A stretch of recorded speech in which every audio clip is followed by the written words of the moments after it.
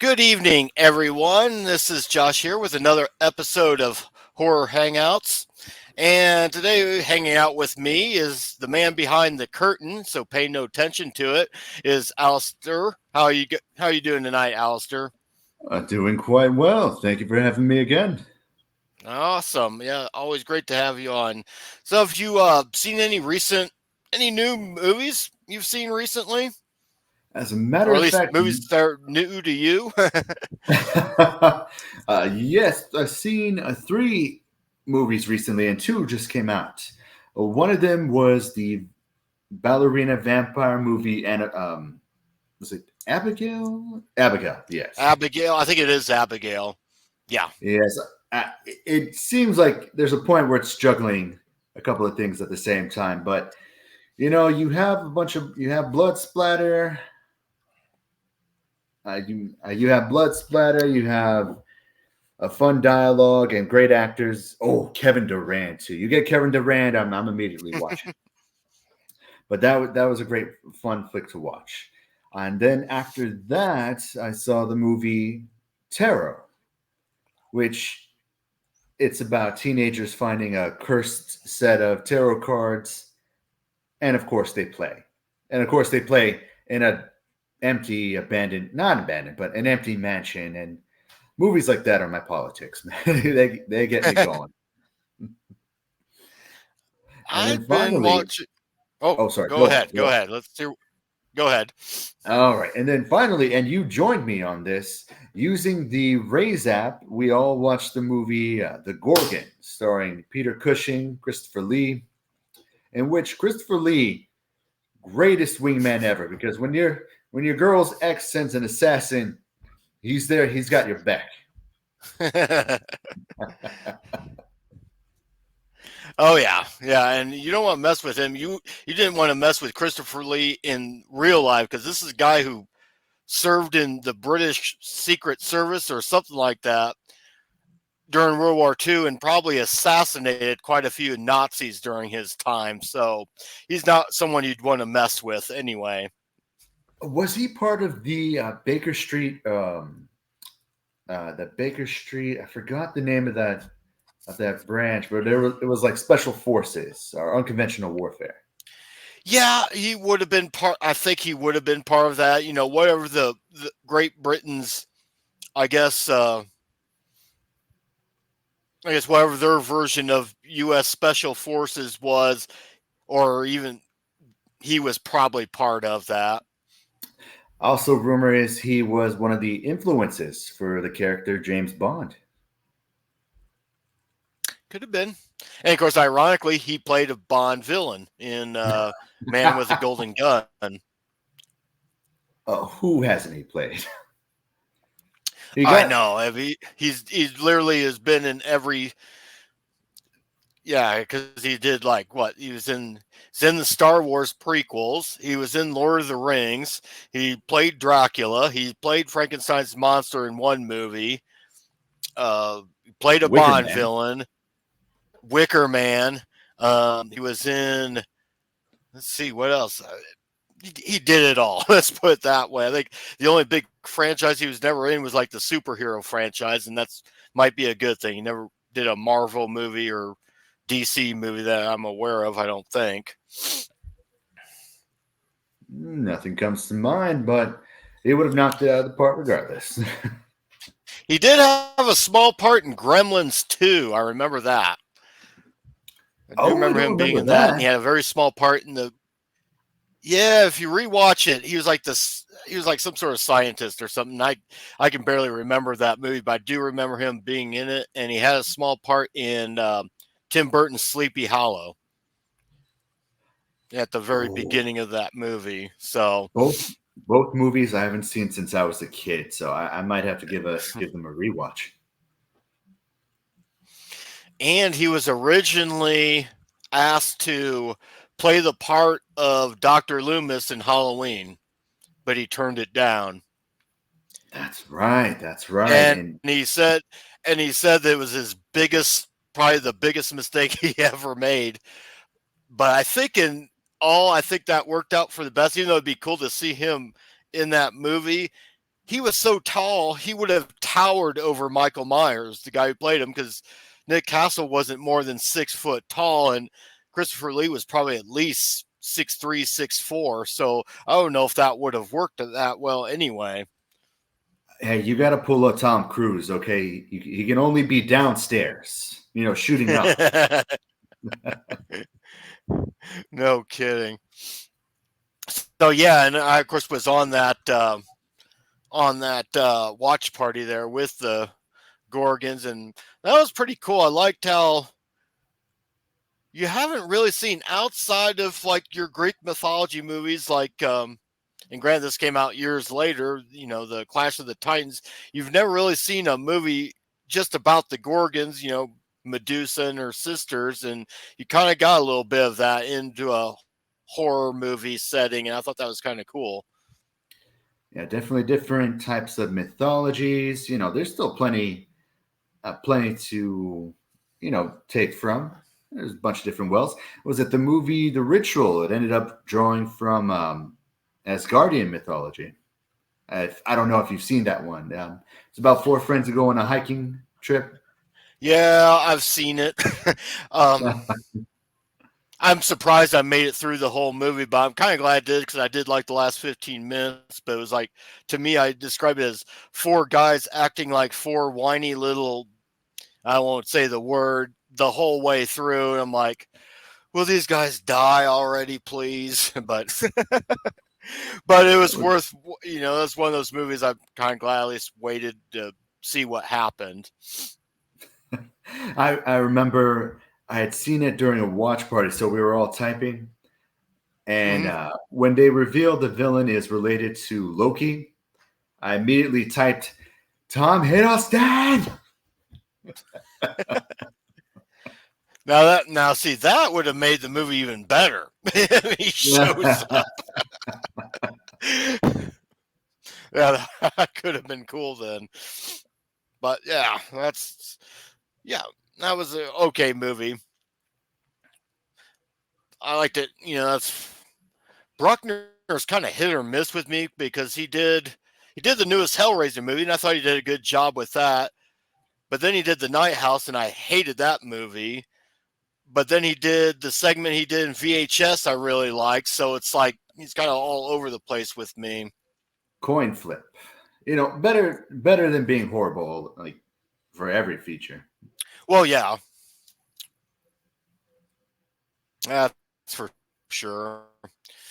Yeah, I guess movies I've seen, I watched recently in the last few weeks. I had seen House by the Cemetery, but I had not seen the other two movies of Fulci's, I guess, Gates of Hell trilogy. So I did see The Beyond and City of the Living Dead. The Beyond, I thought, was just the most. I loved it. Loved it.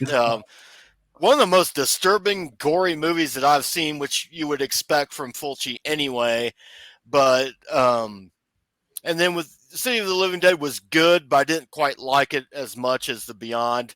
There was that one scene in Beyond with tarantulas, and I do have to admit, and I don't scream very easily. It takes a lot, but I was kind of like cringing a little bit during that scene because I fucking hate tarantulas anyway. So that was they're not venomous. I know, just big fat furry spiders, and I'm like, I would rather not be in the same room. But Everyone has their irrational fear. With me, it's giant squids. I had seen as a kid. I saw that movie, The Beast, with William Peterson. Absolutely terrified me. Still scared to this day. And ironically, I saw Jaws around that time too. I have zero fear of sharks. There's just something about those this is another irrational fear of mine. It's not that I have fear of sharks. I just fear I'm not a big water person, and especially the ocean. My whole theory is, well, sharks don't come up onto my land, so I'm not going to go in their water. How's that? I'm going to respect their territory and leave it at that.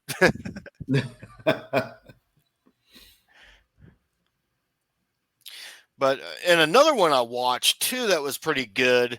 It was called The Sitter. It Mm-hmm. came out about 2016, 2017. And of course, we were talking about House of the Devil before we started recording. Mm-hmm. This one has kind of the same similar themes, but I think you might like this one a little bit better because there's just a little bit more going on throughout the movie. It's a little bit more, I would say, a little bit more fucked up in some scenes there. Um, but it's got some of the similar themes to House of the Devil, so I think it's one I would certainly recommend. And I think that one, yeah, that one's on Tubi, I'm pretty sure. So it's called this, or either Tubi or Amazon Prime, one of the two, but they should be on either one.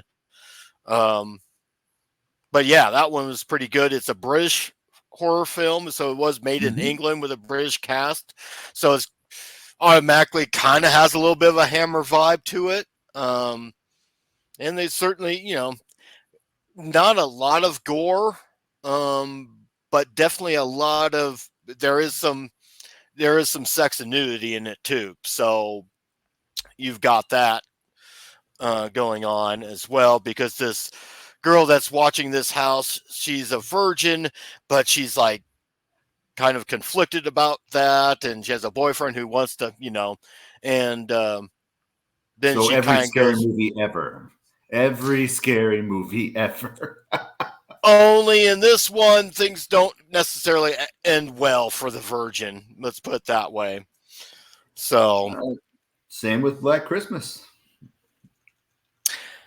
well, here's the thing with Black Christmas. Are you referring to the original Black Christmas?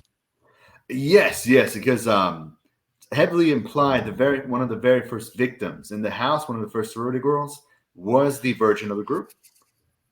That's right. Because I was going to say, Livy Helsey's character, Jess, we know dang well she's not a virgin because she's pregnant. Because she's wanting to have the abortion and her boyfriend wouldn't let her. And well, at least she's the last one standing. For how long, we don't know, because the way that movie ends, you don't know what really happens to her because good old Billy's still in the house. What was it? I don't know if I'd mentioned it before, but there was a movie, Behind the Mask, The Rise of Leslie Vernon. And that one, Scott Wilson had played. Yeah, Scott Wilson had played his mentor. And Mm-hmm. later on, the director said that is very much, it's unofficially, but that is Billy from Black Christmas. Yeah, I could see that. I mean, it's been a while since I've seen that movie, maybe less than a year, but yeah, I could see that. Yeah, I think it was also the line that stood out. You know, you attack a cabin in the woods, or like a sorority house, attack it one night, and then you're gone. Right. So, yeah.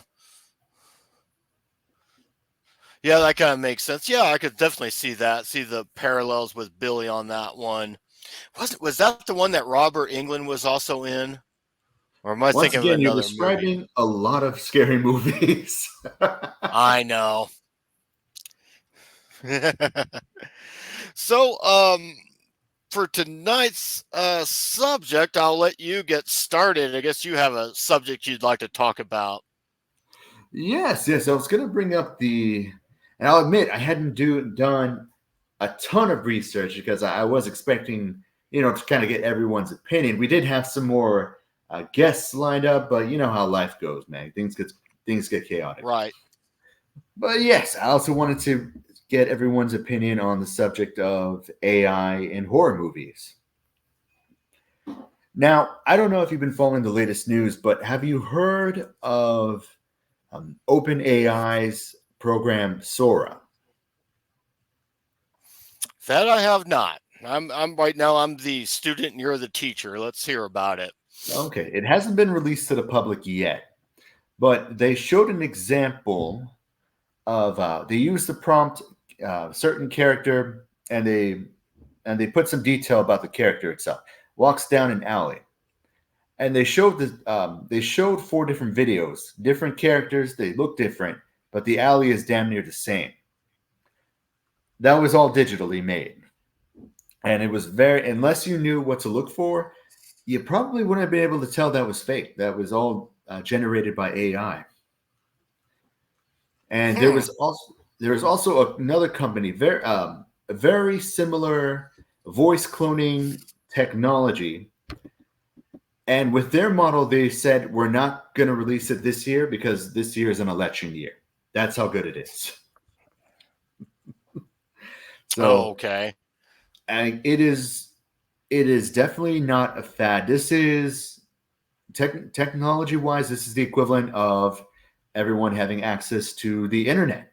You can get information you need. You can generate a script, and movies are getting a lot of backlash for using it. But there was an interview with a Hollywood insider who says they see your reaction, um, um, composers, everyone is using it. It's just that now they are not telling us that they're using it. Yeah. And they even in the another recent movie. And I don't know if you had seen this one. We were talking about recent movies. Late Night Late Night with with the the Devil. Devil. I guess they used a little bit of that with fill-ins in the audience. I think is what they did Mm-hmm. with it, and I know that caused a little bit of an uproar there. I mean, what are your Oh, thoughts? Do you think this that AI could be leading us down a you know a slippery slope? I mean, for someone who wrote scripts on a typewriter, would they consider the use of the computer where you can go back and edit and save and share? I mean, would that be a slippery slope? Because technology Nope. wise, they're rolling it out more and more. Like this is not, it's not a fad. It's not one company. It's everyone. Even on my laptop, I have not downloaded anything, but at the bottom right, I see an option to use a chat GPT's version on Microsoft on Bing. Mm-hmm.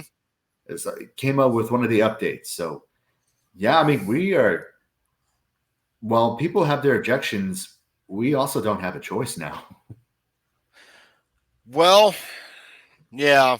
The thing I'm worried about is yes, going going from a typewriter to a laptop. Yep, that's technology. That's progress. But what's not progress is when Hollywood studios want to replace actors and writers with AI. I think that's like the big concern. I was watching, and this was several months ago during the writers' strike, Mm-hmm. on another YouTube channel. Yeah, I'll give him a shout out, and I doubt he's watching. But Pizzal, if you ever want to watch good YouTube horror channel, Pizzal's a good one. But he had a Mm-hmm. couple screenwriters on. Todd Farmer, who wrote the Mm-hmm. screenplay for Jason X and the My Bloody Valentine remake, and then Mm-hmm. Peter Atkinson, who wrote the screenplays to Hellraisers 2, 3, and 4.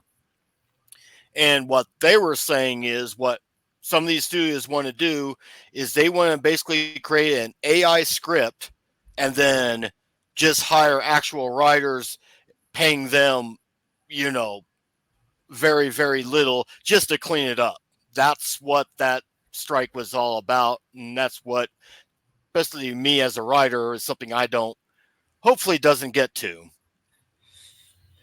Now, I do worry about writers getting paid. Writers got to get paid, a Mm-hmm. fair, good amount. But that is basically what studio, even before AI, that's basically what studios do. They go to writers and say, hey, change this up, or spruce up, sharpen up the script. And now they can do that, put in the original script, at ask for the edits on generative AI, and then give that new script to the writer. It's like, hey, if there's anything off, kind of spruce it up a bit. Right. Well, the problem is before when they were sprucing up scripts, it was scripts written by another person. Now we're talking about scripts written by an AI program, and these writers might be getting paid, but it's like a fraction of what they normally would have gotten paid had they written the whole script. True. That, yeah, that is the danger. I I And am then definitely. Yeah. with actors too, they're going to try and start using AI images of people and all that stuff. That's where I don't know. I always go back to Terminator 2 or the first Terminator movie. Mhm. If we haven't learned nothing from Skynet, what happened there? Well, for those who fail to learn from movies, are doomed to repeat them. That's I just think yes, AI could probably be used for certain things, and particularly for smaller studios. In the case of um, Last Night with the Devil, in the interest of saving money, because a lot of these smaller studios and independent studios and filmmakers don't quite have the budget, so they may have to rely on stuff like that, AI and with CGI. And sometimes the CGI looks good, sometimes it looks awful. Mhm. Um, my hope is I don't want to see a bunch of people losing their jobs, no matter what industry it's in. When Mhm. I go to a horror con, I'm not going to meet an AI program. I'm going there to meet people who actually made movies or wrote books or write scripts. You know, Exactly. But can I bring up, as far as the actors, can I bring up two situations where one could have gone very wrong and one would have changed an actor's career? Can I bring up two situations? sure. I'm curious to hear them. Okay. Let's say a studio right now with the deal they made, it is if we are going to take an AI generated version of you, but you get paid the same. Like it's Hmm. just so that way they can't use the image in perpetuity. Right. Now there was a movie called Knights of Badassdom. Now this movie had Peter Dinklage in it, Hmm. and during filming, Peter Dinklage got called back to do reshoots for Game of Thrones. Right. Now, thankfully, the producers were cool about it and let him go back because they could film other stuff. But imagine Game of Thrones without Peter Dinklage, because this was around when the pilot came out. Oh, okay. So way Yeah. back to the beginning parts of Game of Thrones. So if you could tell Peter Dinklage, if you could, if we can take your copy, you can go back and shoot whatever movie we want. We'll just use your image for these few scenes, and then once you're done, you come back, you finish up your role. That could, I mean, especially if the actor gives their consent on doing that and they're getting paid Yes, one way or another, I don't think they that's get paid probably one way. necessarily a bad thing. And that Now, and that's a good example of where that might work. now there is one actor I can guarantee you, he would have paid an arm and a leg to have this technology available. Have you heard of the actor Doug Ray Scott? No, I have not. All right, uh, he was in a few movies, but he might know him from the movie Ever After, the one with Drew Barrymore. Okay, it's been a long time since I've seen the movie, but okay. Okay, but he was the villain in Mission Impossible 2. Now, Okay. after that movie, he got another role, and then he was about to go, but they had to call him back for reshoots on Mission Impossible 2. Do you know the role that he had to give up to do reshoots? No, what was that role?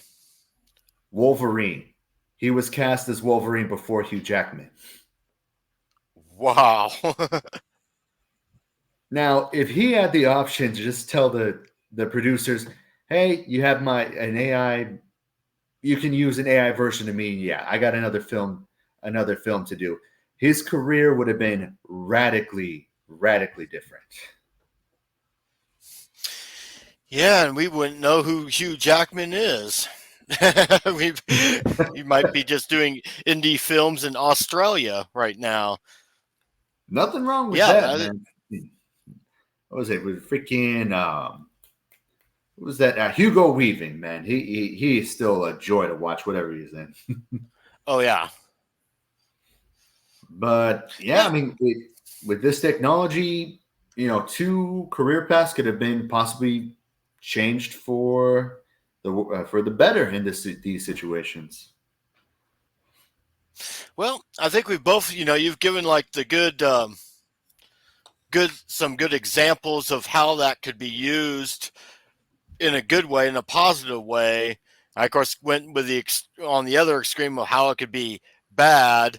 I think ultimately, hopefully, it stays in the suggestions you've made or the examples you've set, because I think overall the movie going public are not going to stand for an all AI written or all AI starring movie. They Hmm. simply won't go to it. And we've already seen in the past, last year, we saw movies just, these big, huge budget movies just flop after flop after flop. So they're already on thin ice with most of the movie going public anyway. So hopefully they do what you're suggesting. And those are some good examples, I think. I mean, it's also going to change CGI, but studios treat CGI technicians and the VX technicians, they treat them like trash anyway. Yeah. Unfortunately, there's not going to be a real difference, which is horrible because they are very good at their jobs, and just the stories you hear are horrible, man. Right. I wonder too if AI, if with AI, and I was thinking about this the other day, and I'm wondering, I wouldn't know. I've never asked an actor this. I can only imagine that probably the most uncomfortable and just weirdest scenes to do in a movie is probably like a sex scene. So I wonder if they would do something, and I'm sure probably actors would probably even agree to this, where if a movie called for such a scene, if they wouldn't use an AI image of the actors. They've done that It, though in two different oh, instances. really? Yeah, in Fight Club, the sex scene with Edward Norton and Helena Bonham Carter, Mm-hmm. that was CGI, and then in the movie Nymphomaniac, the Greg von Mars, I can't Von Trier's or Gus Von Trier, something. He's got a weird freaking name, but they Mm-hmm. had the actors' face put on porn stars' bodies during the sex scenes. I have heard of them doing that, like as far as body doubles, but I was like thinking like a whole AIG or AI type of thing where it's just totally images and no body doubles, whatever. I mean, That was just one thing that I thought of. I'm sure if you go to certain reputable I'm sure that sites, you probably will has been see done. many examples. I bet. Yeah, I guess they've already have started doing stuff like that, haven't they? But I was like talking in mainstream movies, but yeah. All right. Well, Enough about that's my browser pretty. history, damn it.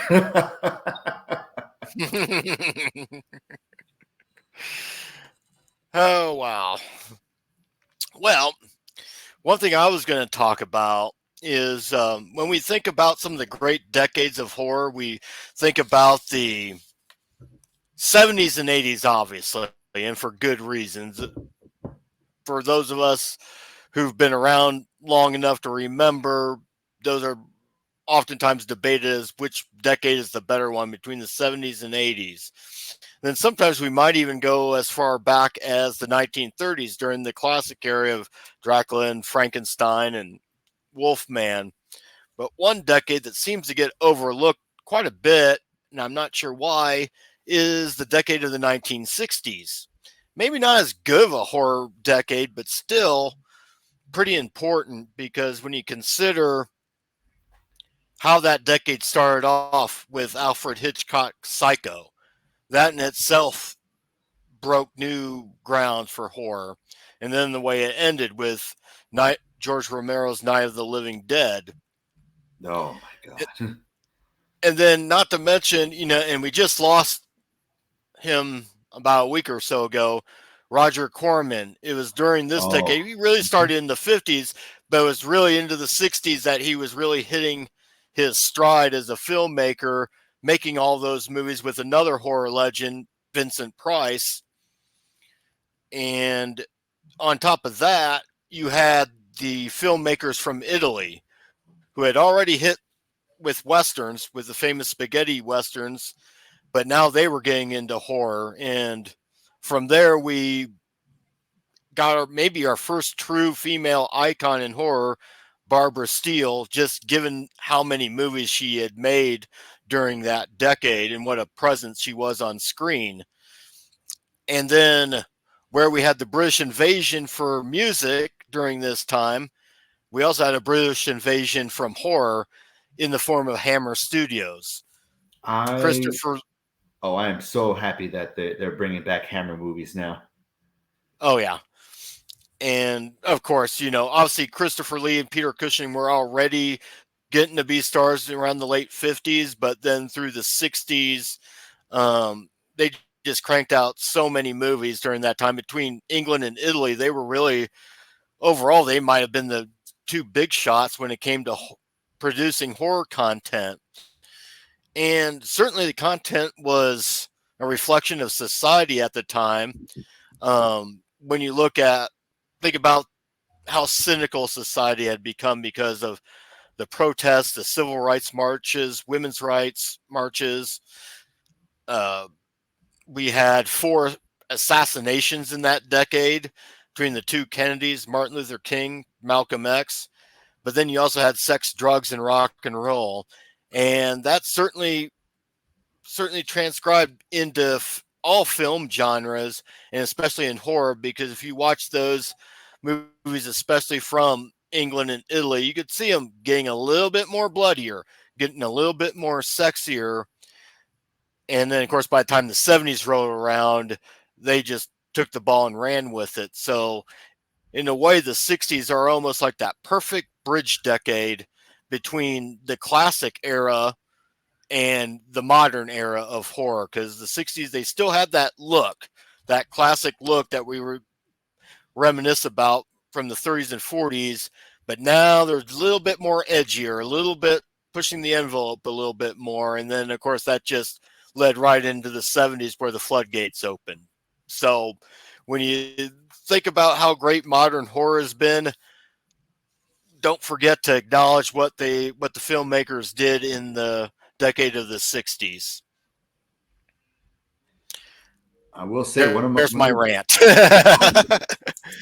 I'm here for your manifesto. Okay, I'm here. I'm at the meeting. We're at the meeting by the docks. We also had classics like Whatever Happened to Baby Jane. I'm talking Carnival of Souls, the original 13 Ghosts. It's just back to back. Rosemary's Baby. Rosemary's Baby. That's right. And that was another thing. The subject matter was getting a little bit more darker, because you'd have movies about going into the dark forms of witchcraft, not just the regular, Wicked Witch of the West witches, but really hardcore witchcraft and Satanism and devil worship and stuff that hadn't been subjects that wouldn't be touched by studios prior to the 1960s too. Oh, we also Black Sunday as well, and Blood and Black Lace.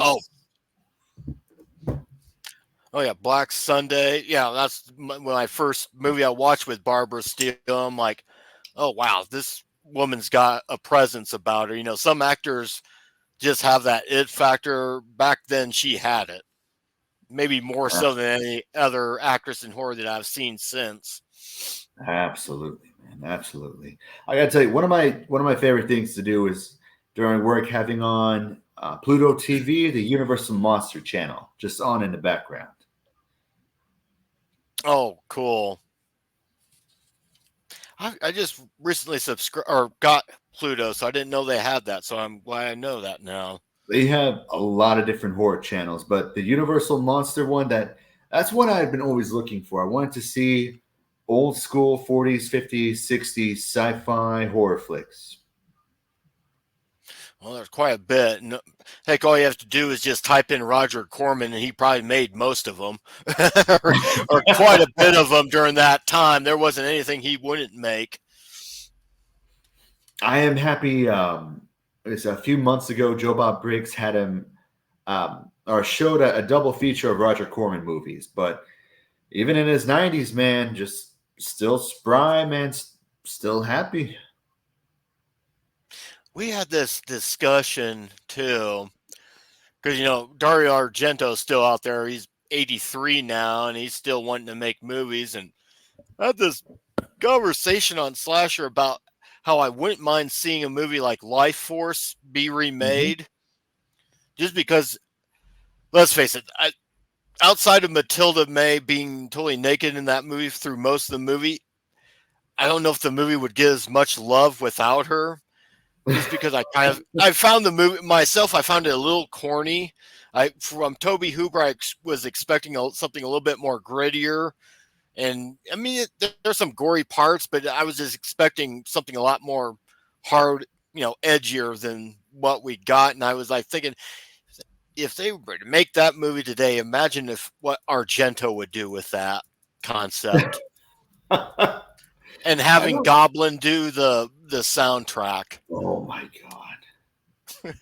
Now Goblin doing any soundtrack would be incredible, but I don't know, man. I don't know if Argento's still got that fire, Yeah, I don't know either. I mean, like I say, he's 83, but heck, I would have mind seeing him do a Halloween movie, because it couldn't have been any worse than the last one. Hey, I like the last one. I will. Did you? Okay. I will debate it. I will debate this for him. But one director who has only gotten better and better and better with age, and who has a movie coming out this week, George Miller. Oh yeah.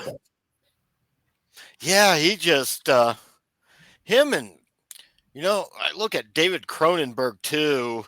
I don't know. He might be the one director I think of that I don't think also has ever made a bad movie that I can think of. Even History of Violence, man, it was incredible. That's like my favorite movie by him.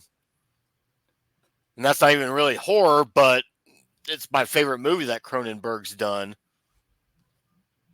And then there's Eastern Promises came out like a year or two after History of Violence. Both just incredible.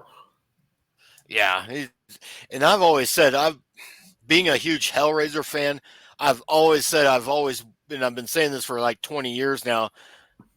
I've always wanted to see Cronenberg or even his son direct a Hellraiser movie, because I think he's perfect for it, because Cronenberg's known for body horror and Hellraiser's also known for body horror. You can't miss. It'd be a match. And I know he's friends with Clive Barker because they've done movies together. So I know he'd do it if Barker asked him to. So that's what I want to see for the next Hellraiser movie. I mean, Bruckner did okay, but let's bring in the big guns for the next one. I mean, he freaking played the one main villain in Nightbreed. Yeah, that's what I was saying. Yeah. And to be that talented with directing, and then one of the few acting roles he has just knocks it out of the park. I mean, it's a talented man. Yeah. Well, he was even in the much maligned Jason X. He was in like the beginning scenes of Jason X. So he doesn't give a shit. If I get the idea that if someone asked him to do a small little part, he'd do it. He was in another movie, a very underrated, it's more of a murder thriller called Resurrection, with Christopher Lambert, who we most know from The Highlander. Yeah, he has a small part in that movie too. I know Christopher Lambert. I've seen Highlander, but he'll always be the Japanese god of lightning riding in Mortal Kombat. It is so funny because about a month or so ago, a friend of mine had not seen the original Highlander. He hadn't seen any of the movies. And he goes, yeah, I know Christopher Lambert from Mortal Kombat. And like, that is so strange from generation to generation, because everyone in my generation knows him from being Connor McLeod. And following generations, like millennials and so forth, know him as Raiden. So, He also did a samurai movie. I don't know if you ever saw that, man, but it was solid, man. I liked it. oh, I think I know the one you're talking about, and I can't think of the name of it, but I Neither know can it. Yeah, what was it called? I'll think about it, then I'll probably DM you. Yep, it was called that. He was in a good shoot 'em up movie. Him and Mario Van Peebles called Gunman. That also had Dennis Leary in there playing the bad guy. I have not seen it, but I do very clearly remember seeing the VHS cover at a mom and pop video store Oh nearby. yeah. Well then, okay. So we've covered. Trying to think if there's anything else to bring up for right now. So what's the next movie you plan on hosting over at Rave? On Ray's, oh my goodness, no, this is unprofessional, but actually, nothing immediately to mind. But with Rave, I have access to YouTube, and they do have a very large variety of free movies. You know what? I'm announcing it right now. Alien, starring Sigourney Weaver. They do that one is available, and it's a classic, and I've never played it before. So that's what we're Well, doing next Sunday. Alien. is that going to be this coming Sunday or the following Sunday? This coming Sunday. Okay, I'll see what my. Oh yeah, I might be free there. I mean, I can make time for Alien. That's one of my top 10 favorite horror films for sure. Um, I know one thing we could talk about. We still got some time here. What's a good hidden gem movie? A horror movie that's considered a hidden gem that a lot of people don't know about that you think they should. I can tell you right now, zero hesitation. The Guyver 2 Dark Hero. Okay. Have you ever seen it? No, what's it about? Let me see. It's about a man who discovered a techno organic alien armor, gets visions of about a dig site out in the middle of uh, Central America. Like it's a very wooded area. I forget where exactly, but he is. It's a different actor. The character is played by a different actor in the second movie than the first. But for the second movie, they got David Hayter, aka Solid, the voice of Solid Snake, to play him, and it's Oh very wow. much. It's very much like an R-rated Power Rangers movie due to the armor, the monsters, but so much violence and gore. Awesome. And is that streaming anywhere? It is free on YouTube, but this is from the '90s, man. They had that old school industrial '90s soundtrack, but it's one of if you're talking hidden gems, that is one of mine. Now I ask you, what's a Mm-hmm. hidden gem that you know of?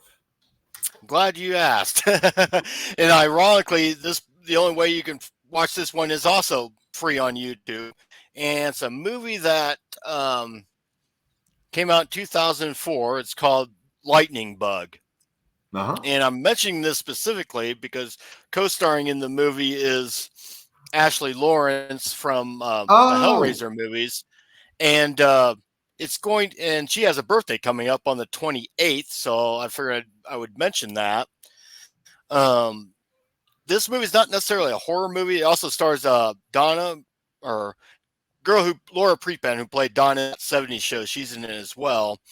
uh-huh. But it's a movie directed by Robert Hall, who used to do the makeup effects for Buffy the Vampire Slayer. And it's kind Okay. of like his own, it's kind of loosely based on his own life growing up in rural Alabama. It's not so much a horror movie, but it's a movie I think every horror fan should watch, because he's basically, he's growing up in a small rural town. he's already heavily into like doing makeup effects and all that stuff. He has dreams of going to Hollywood and all that. And uh, he wants to open up a haunted house or reopen up a old haunted house there for Halloween. And of course, you have a segment of the people in this church that think he's a devil worshiper and all that. And then there's a lot of other real life horrors that happen throughout the movie. I don't want to give it away, but really for a low budget film, it doesn't feel low budget. It's a excellent movie. I even brought the movie up when I met Ashley Lawrence a couple of months ago in at the Days of the Dead, and she was like shocked that I had seen it. Because you've seen it, like, yeah, it's an awesome movie. And she said it's like one of her favorite movies she's done outside of Hellraiser. So yeah, I would check it out. I actually ordered it on eBay as a DVD just to have it, just in case it ever disappears off of YouTube. But yeah, it's a shame it's not on any other streaming service, but you can find it for free on YouTube. I just saved a link to it right now. Now, the movies I like playing on Sundays. Is this one that I would be interested to play in a future watch party? I would say watch it first and decide for yourself. I've like thought about that one, doing a watch party myself, but it's not, it's more, like I say, it's more of a coming of age drama than it is a horror, but it has horror elements into it. So it's hard for me to say if it would be a watch party material. It's kind of like, I don't know if I would want to host a watch party of Hereditary or Midsummer, even though those aren't bad movies, but they're not the type of movies you have a watch party to. I did a watch party for Hereditary on Christmas. Oh. Don't you talk to me about okay. If you'll do that, then yeah, maybe Lightning Bug wouldn't be a bad one. It'd be a good way to, but I would say watch it first anyway. But yeah, that's one. And I'll throw in one more, and it's not necessarily it's a hidden gem. And it's just because this actress's birthday is coming up on June 1st. Redwood Massacre Annihilation, starring Danielle Harris. This is like a really this is like the second one because she wasn't in the first one, but it is a very gory action horror flick. It's hard to really describe it a little bit, but it's got all the elements that you would want. And so if you've seen a lot of her other movies, check out this one. It's a good run. It's a lot of fun, and it's she just loves going to different franchises later on. And I tell you what, of the movies she's done, she's at her most badass in this movie. Oh, yeah, she kicks a lot of ass in this movie. I'm guessing she must have really gotten into shape for it. So yeah, she's borderline Sarah Connor in this movie, kind of. Right on, man. I am a fan of her podcast that she does with Scout Taylor. Yeah. But they definitely go. Just when they talk about previous movies, they definitely go behind the scenes in like a way I've never heard before, man. A lot of interesting stories from them. Yeah, and that movie too, Redwood Massacre Annihilation, is on Tubi, so you can definitely find it there. Absolutely. So okay then. So yeah, so check out those movies, everyone. If you're looking for something different to watch, something you haven't watched, check out, what was the name of your movie again? I'm going to write that down. Guyver 2, Dark Hero. Okay, Guyver 2, Dark Hero, Lightning Bug, and Redwood Massacre Annihilation. Everyone, check those out if you're looking for more movies to watch. So, all right. Well, Alistair, thanks for coming on tonight. And I guess we will see you later. And I'll try and jump on in to watch Alien Sunday night with you. Excellent. And you have a great night. All right. Good night, everyone.